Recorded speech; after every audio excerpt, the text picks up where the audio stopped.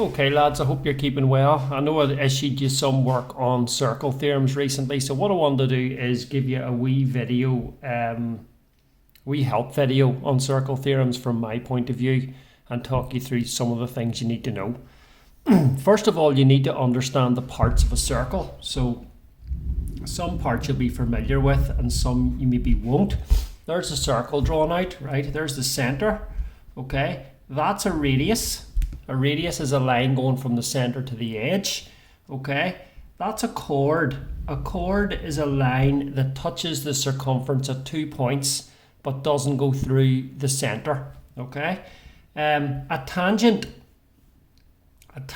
is a line that touches the circle just at 1 point and it's a straight line, so that's tangent. That's radius. Chord, C-H-O-R-D, that's a chord. And for circle theorems, those are the parts that you really need to know, okay? You obviously know the circumference, which is the outside of the circle, okay, or the distance around the edge is the circumference. So the first theorem, right, that you really do need to know is, let's just list them here. Number one is that if you take a diameter, okay, and a diameter is a line that goes through the center of a circle, and then you construct a triangle from that diameter, and the corner of the triangle touches the circumference at any point. So you can see here, there's one, right?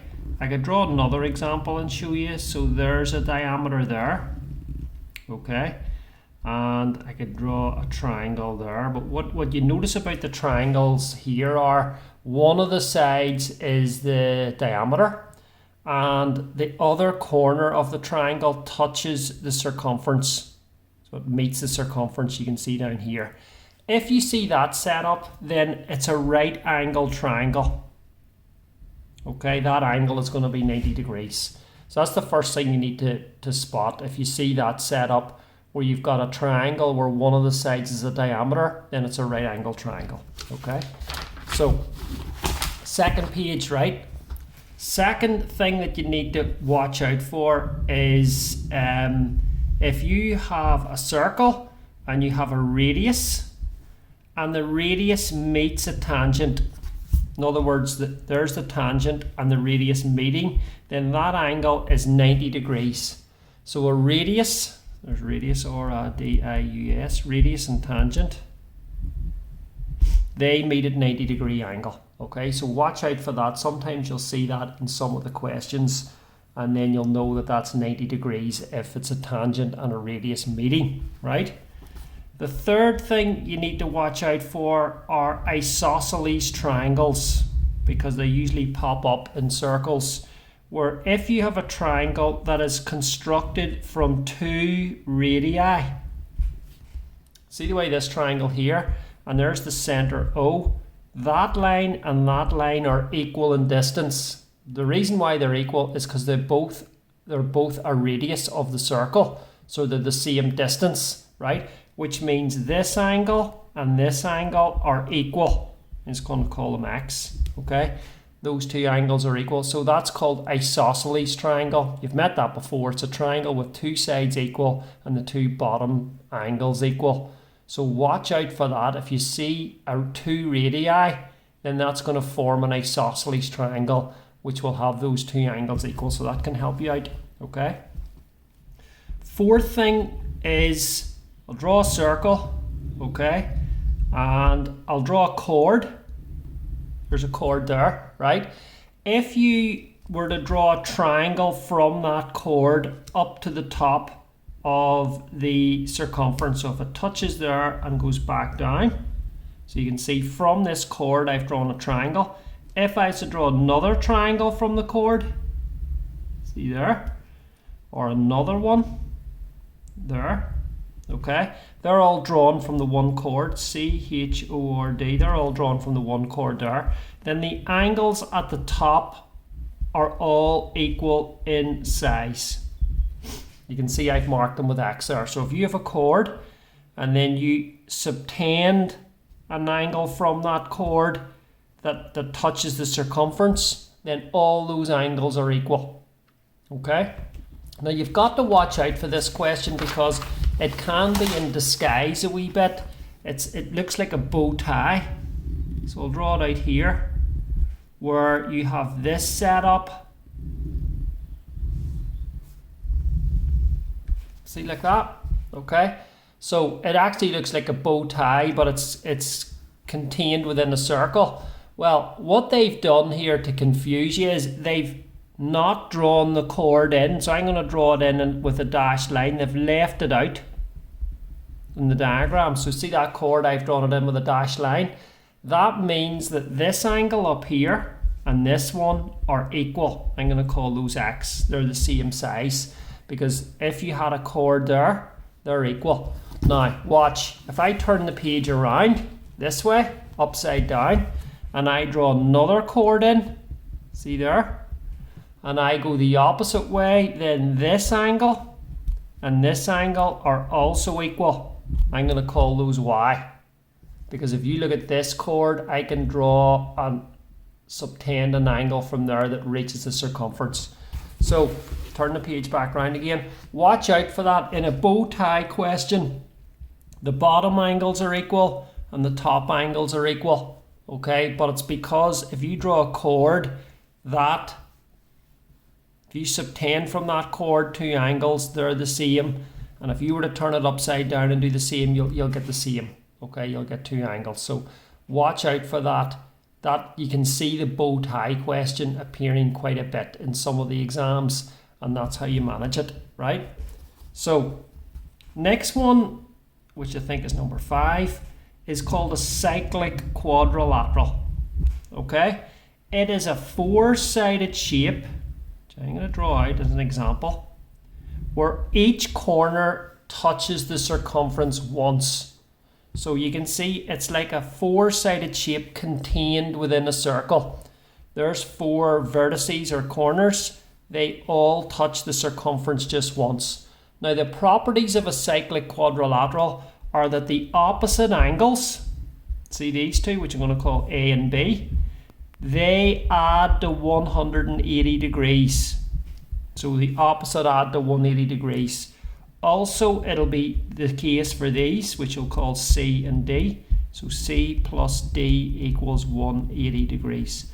So in a cyclic quadrilateral, opposite angles will be add to 180. The fancy term for that, by the way, is opposite angles are supplementary angles. So if you Google that, supplementary means that their sum is 180 degrees. They add to 180. So watch out for that. 6 is the Star Trek one. Okay, Star Trek. Now, there's 3 ways that it can appear. I'm going to draw all 3. I'll draw 3 circles. Okay, there's my 3 circles there. The first one is if you have the center and you draw a traditional Star Trek symbol like that. For all you Trekkie guys out there, right? There's a Star Trek symbol. Okay, there's the center O. Then this angle is double this one. It's double. So the angle at the center is double the one at the circumference when you've got this symbol. So that's going to be 2x, that's going to be 1x, the relationship between them. Okay? Now, it can be drawn slightly differently where I slide this point down a wee bit and it looks like this. So you may see it drawn like this here. See, like that? All that is I've taken this point and imagine I've just slid it down here and drawn it in.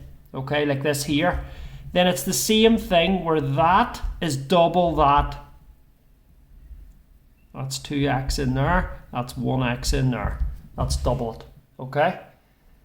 Now, what can also happen is that I can slide this point all the way down to the bottom and you end up getting a diamond looking like this. See, like this here. Okay. Now, I've seen that in the questions and you've seen it as well. That means that this angle and this angle are linked where the double of this one, sorry, if you double the bottom one, you get this one. So if that's 2x, that's 1x. So you see the Star Trek one, there's 3 ways it can appear in your exam questions, like this symbol, where this is slid down either here or here, and it looks like this, okay? Or it looks like this, where this point is slid all the way down to the bottom, all right? And you can see it set up there. So watch out for those 3, because they're very popular, okay?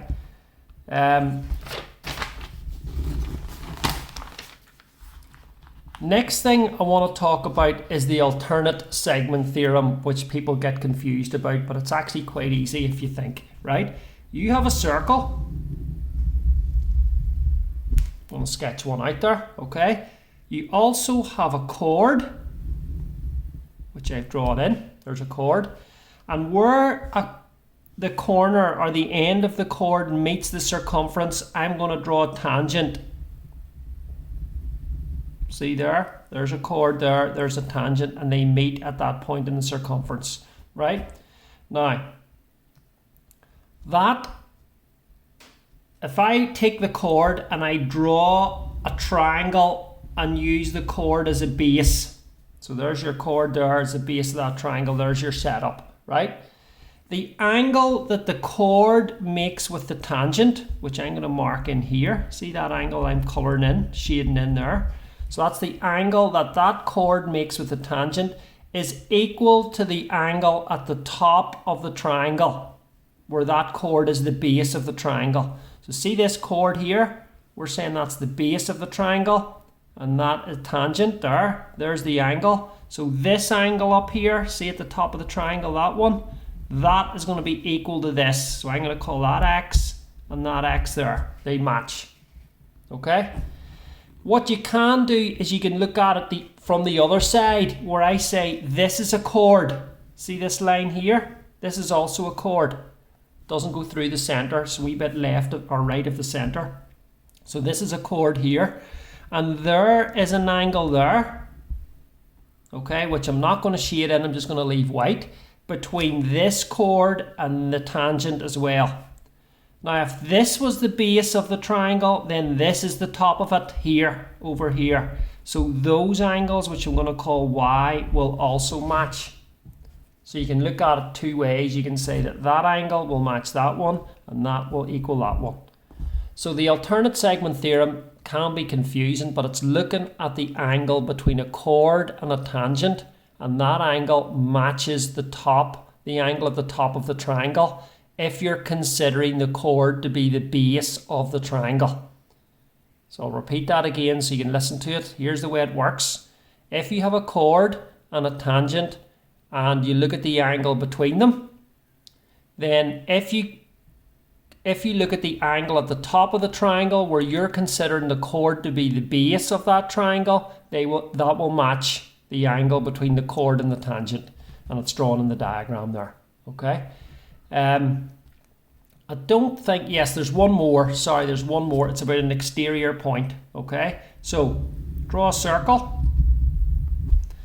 Take a point outside the circle. I've drawn a dot there. Okay, and take that dot and draw a tangent to the circle, and also draw another tangent. From any exterior point, you can actually draw 2 tangents. Remember, a tangent is a straight line that meets the circle just at one point. So you can see that tangent, there's the exterior point there, which I'm going to call P. The tangent, or that tangent meets the circle at A and also at B. See those 2 points? So what you can tell is you see this triangle here, which is PAB, that triangle, right? It's actually going to be isosceles, because PA equals PB in terms of the distance, and I've marked the wee ticks on them there. So if you have an exterior point and you draw a line, okay, a tangent to the circle and another tangent, where both those tangents meet the circle, the distance between that point and that point, so the distance PB, B to P, and the distance A to P are the same. they're equal. Okay, so that covers all of the circle theorems. That covers everything you need to know. So what I want you to do is to go back and view the video a couple of times, because it'll help you with those 4 exam questions that I've set you to do for next week. And what you'll find in some of these questions is you may have to apply 2 or 3 theorems in the one question. So it's not just about one theorem. You may have to, apply a few. And a tip from me is find some missing angles first. Go around the diagram and fill in missing angles by listening to the video and understanding what I'm saying, and then that might lead you to get another angle. So finding one angle might give you the answer to get another one, and then that might give you the answer to get another one, and then that might lead you to the final answer. Okay, hopefully this helps. Wishing everybody a good weekend. Hopefully everybody's keeping well, and we'll catch you next week when you submit your solutions. If you're having any difficulty, just drop me a message. Thank you. Good luck.